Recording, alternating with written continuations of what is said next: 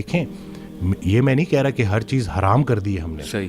جو چیزیں آپ کو وقتی طور پہ بیمار کر رہی ہیں ان کو تو آپ نے چھوڑنا ہے نا, بالکل تاکہ آپ ٹھیک ہو جائیں. اس کے بعد جب آپ کا میٹابولک ہیلتھ ٹھیک ہوگی پھر سب کچھ کھائیں. جی ہاں. لوگ کہتے ہیں کہ نہ ہم کاربوہائیڈریٹ چھوڑیں گے صحیح اور ہمیں ٹھیک کر دو. ایسے ہی. تو جب تک آپ بیمار کرنے والا فوڈ نہیں چھوڑیں گے بالکل آپ کبھی بھی ٹھیک نہیں ہوں گے. تو خطا کے ذمہ دار آپ ہو جائیں, صحیح بات, عطا کا ذمہ دار وہ ہے. صحیح بات.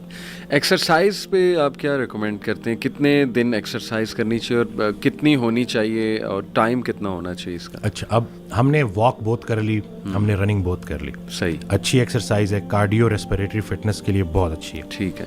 لیکن ادھوری ایکسرسائز ہے. صحیح. ہمیں اللہ نے مسلز دیے ہیں. صحیح. اور وہ سارے muscles full range of motion پہ کام کرنے چاہیے. ٹھیک ہے. یعنی کہ اگر ہمارے جو بزرگ تھے جب اتنی ترقی نہیں ہوئی تھی تو اگر کہیں شیر آ جاتا تو شیر کو وہ آؤٹ رن نہیں کر سکتے تھے, اس سے بھاگ کے نہیں بچ سکتے تھے. صحیح. درخت پہ چڑھنا ہوتا تھا. تو آج آپ دیکھیں کہ جتنے لوگ سن رہے ہیں کیا ہم درخت پہ چڑھ سکتے ہیں, کیا ہمارے مسلز اتنے اسٹرانگ ہیں؟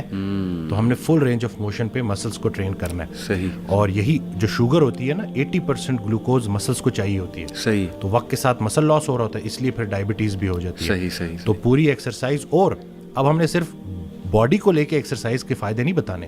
15 to 20 minutes of moderate intensity exercise آپ کے پری فرنٹل کارٹیکس کو اور ہپو کیمپس کو ری وائر کر دیتی ہے, ریفریش کر دیتی ہے. صحیح. میموری, کوگنیٹو فنکشنز, یہ ساری چیزیں ٹھیک ہونے والی. بالکل. جب ہم اسکواٹس کرتے ہیں تو جب ہم اگینسٹ دا گریوٹی واپس اٹھتے ہیں تو ہماری بلڈ سپلائی برین میں جو ہے نا وہ افیکٹ ہوتی ہے, وہ کم ہوتی ہے. صحیح. جیسی وہ کم ہوتی ہے انڈوتھیلیم سے, خون کی نالیوں سے کچھ چیزیں ریلیز ہوتی ہیں. اچھا. انڈورفنز, BDNF, اور اس سے کیا ہوتا ہے کہ آپ کا موڈ اچھا ہوتا ہے, آپ انرجیٹک ہوتے ہو. اور بلکہ میری زیادہ تر ویڈیوز جو وائرل ہوئی ہیں میں یہ بتاتا ہوں وہ ایکسرسائز کے بعد ہی ہوئی ہیں یا فاسٹنگ کے دوران ہوئی ہیں.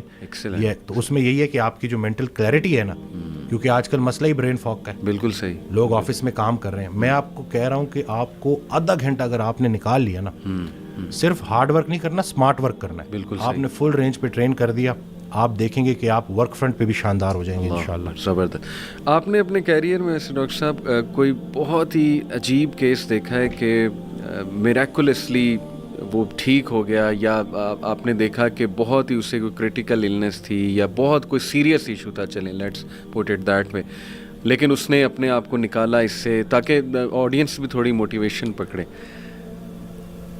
میری امی کا بھی 31 دسمبر کو انتقال ہو گیا. تو ان کو 3 سال پہلے اسٹیج 4 کینسر ڈائگنوز ہوا تھا. اچھا. تو وہ کافی ویٹ بھی تھا, کافی بیمار تھی, مطلب چل بھی نہیں سکتی تھیں. تو میں اس وقت ایک کتاب تھی cancer as a metabolic disease, تو اس کو تھوڑا میں نے پورا تو نہیں پڑھا لیکن تھوڑا مجھ سے آئیڈیا ہو گیا تھا. تو میں نے وہ امی کو فاسٹنگ کرانی شروع کی, ڈائٹ کرانی شروع کی. امی کا 20 kg ویٹ ریڈیوس ہوا, ٹیومر مارکرز نیچے آئے, اور وفات سے 3 ماہ پہلے وہ منال تک گئیں اور بڑا پراپر نہیں کہ ہمارے ساتھ گھومی پھریں. اور پھر جو اللہ کا فیصلہ, تو اس کے آگے تو سر تسلیم خم. لیکن ہم سب کو جو سب سے زیادہ خوشی ہے نا کہ وہ 3 سال امی نے بڑے بھرپور جیے. بلکہ میرے فادر خود بھی ڈاکٹر ہیں, وہ کہتے ہیں کہ بیٹا یہ کینسر تو تمہاری امی کے لیے بلیسنگ ثابت ہوا. نہ یہ کینسر آتا, نہ یہ ڈائٹ کرتی, نہ ان کا 20 kg. بلکہ مجھے ایک دن یاد ہے کہ میری خالہ اور میری امی کی ہائٹ ایک جتنی ہے, تو وہ مجھے لگا جیسے خالہ دوڑتی بھی گئی ہیں تھوڑا تیز.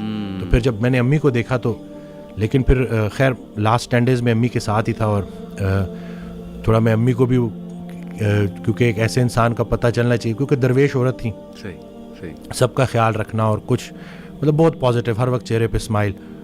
تو وفات سے 1 ہفتہ پہلے وہ کہتی ہیں کہ جمعے کی رات, اور پھر آخری 3 دن کہتی ہیں بیٹا جلدی کرو. اور پھر ٹھیک جمعے کی رات 1:45 بجے میرے ہاتھوں میں امی.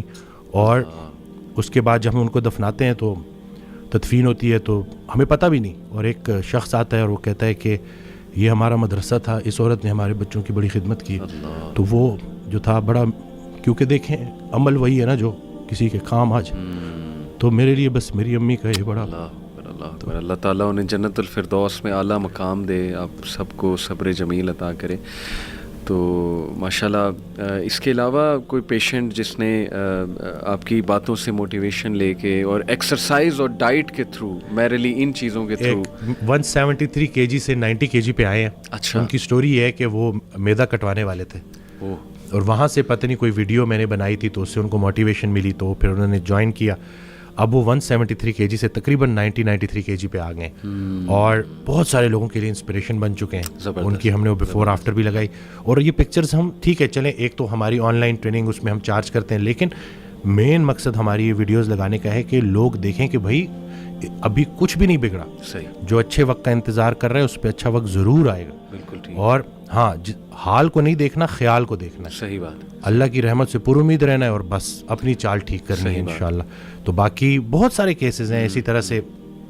جوائنٹ پین کے ساتھ خواتین آتی ہیں, وہ آئے تھے, ایک صاحب آئے تھے جو کرسی پہ نماز پڑھ رہے تھے. صحیح. تو میں اصل میں موٹیویٹ کرتا ہوں, تو میں نے کہا کہ اب انشاءاللہ آپ کے سجدے شروع ہونے والے ہیں. تو وہ بچوں کی طرح رونا شروع ہو گیا. اور پھر اللہ نے وہ دن دکھایا, بلکہ ان کے بیٹے مفتی ہیں, وہ 4 یا مردان سے, مجھے اب ایگزیکٹ یاد نہیں ہے, وہ آئے تھے. تو 27ویں 28ویں رمضان کو وہ آئے, تو کہتے ہیں کہ میرے ابا جی نے ساری تراویحیں پڑھی ہیں اور قرآن بھی 2 دفعہ ختم کیے. تو اب یہ چیزیں شیئر کرنی چاہیے, اور میں ویڈیوز بھی بناتا رہتا ہوں اسی لیے, تاکہ لوگوں کو پتہ چلے کہ بھائی زندگی ایسی ہونی چاہیے کہ زندگی بھی آسان اور موت بھی آسان. کیا بات. بلکہ ایک شخص حضرت کے پاس گیا تو کہتے ہیں دعا کریں کہ زندگی آسان ہو جائے, تو آگے سے کہتے ہیں یہ دعا کیوں نہ کرے کہ موت آسان ہو جائے. تو یہ دونوں چیزیں آسان ہونی چاہیے نا انشاءاللہ. صحیح بات ہے. صحیح. تو باقی I think motivation plays a huge role لوگوں کے صحت میں. کئی ڈاکٹر صاحب میں نے بھی ایسے کیس اسٹڈیز دیکھی کہ ڈاکٹرز نے کہا جی 3 مہینے آپ کے پاس, 1 مہینہ آپ کے پاس, and people went on to live like 4 years 5 years اللہ کی رحمت سے. آپ کو شاید وہ علی بنات کا پتہ ہو. بالکل بالکل, سبحان اللہ. میں وہ دیکھے وہ کہاں سے, مطلب اللہ جب مطلب وہ اللہ نے اس سے نیکی کرانی تھی اور کس طرح سے زندہ رکھا. وہ کہتے ہیں نا جب تک توبہ کا دروازہ کھلا ہے کسی کو گناہ گار مت کو, کیونکہ یہ کسی بھی وقت جو ہے اللہ کا کرم ہو سکتا ہے. اور وہ دیکھیں کہ وہ بیماری اس کے لیے, اور وہ الحمدللہ میری والدہ کو ڈاکٹر نے 3-4 مہینے انہوں نے, کیونکہ وہ بونز تک اسپریڈ ہو گیا تھا سارا, تو اور پھر ایج بھی زیادہ تھی, اور پھر انکنٹرول ڈائبٹیز بھی تھی کیونکہ وہ پرہیز نہیں کرتی تھی.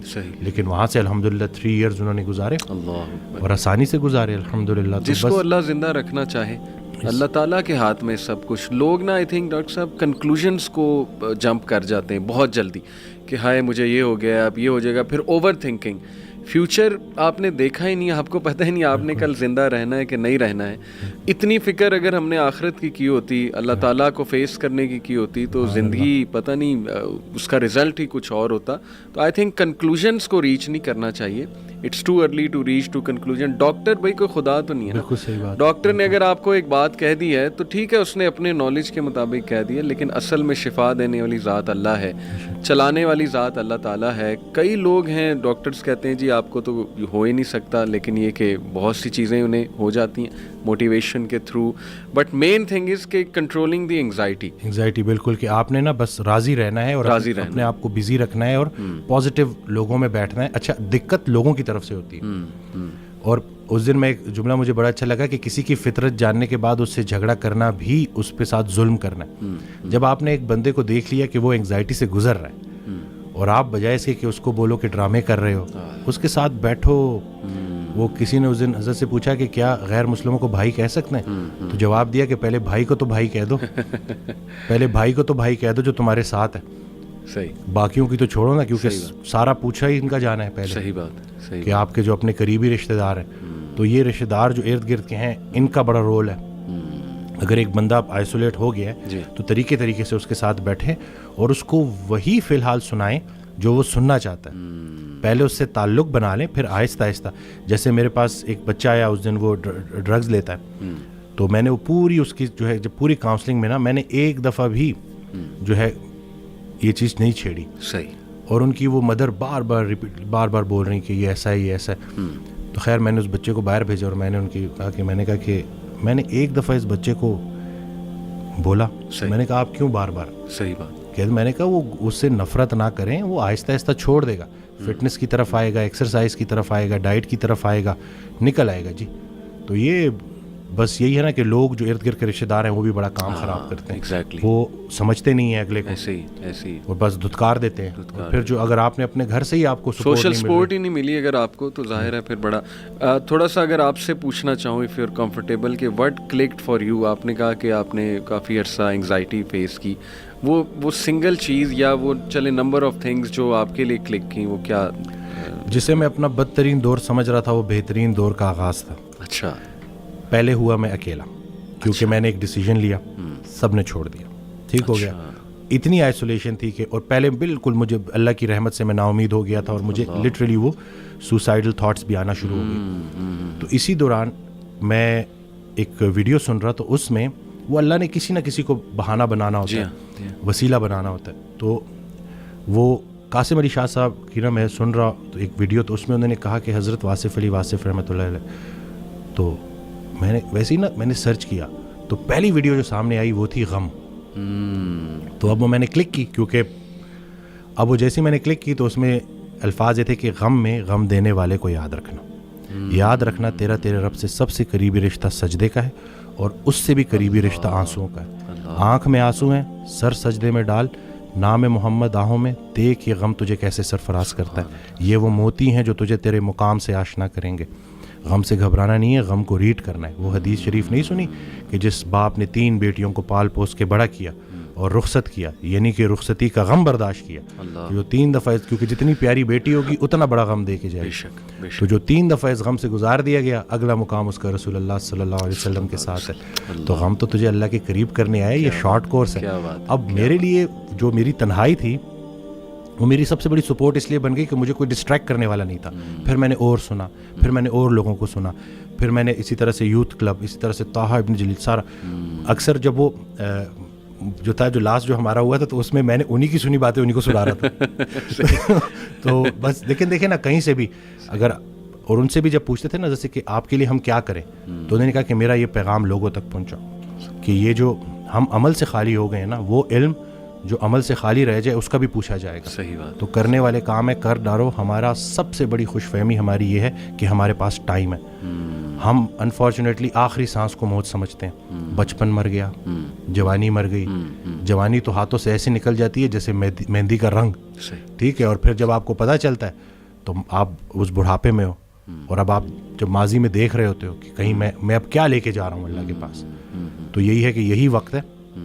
تو جس ٹائم میں گلہ کر رہا تھا, شکوے کر رہا تھا, اور پھر انہوں نے کہا کہ خواہشیں ٹوٹنے کا اور اس غم سے نکلنے کا ایک ہی طریقہ ہے کہ کوئی ایک خواہش ایسی ڈیولپ کر لی جائے جو باقی تمام خواہشات پہ بازی لے جائے, لیکن وہ خواہش ٹھہرنے کی نہ ہو, جانے کی ہو. فکر آخرت تمہیں دنیا کی ہر فکر سے آزاد. صحیح بات, صحیح بات.